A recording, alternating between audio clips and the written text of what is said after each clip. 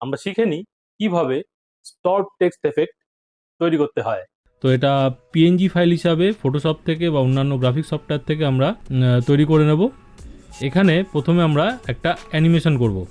তো এবার কি করতে হবে, এবারে আমরা এটাকে ধরে এডিট থেকে আমরা যাব অ্যাডভান্সে। এখানে আমরা অপাসিটিতে অ্যানিমেশন করব। আমরা একটা কিফ্রেম ছেড়ে আরেকটা কিফ্রেমে আমরা এখানে অপাসিটি কিফ্রেম অপাসিটি। তো সেম এই রকমই আবার শেষের দিকেও আমরা এরকম করব।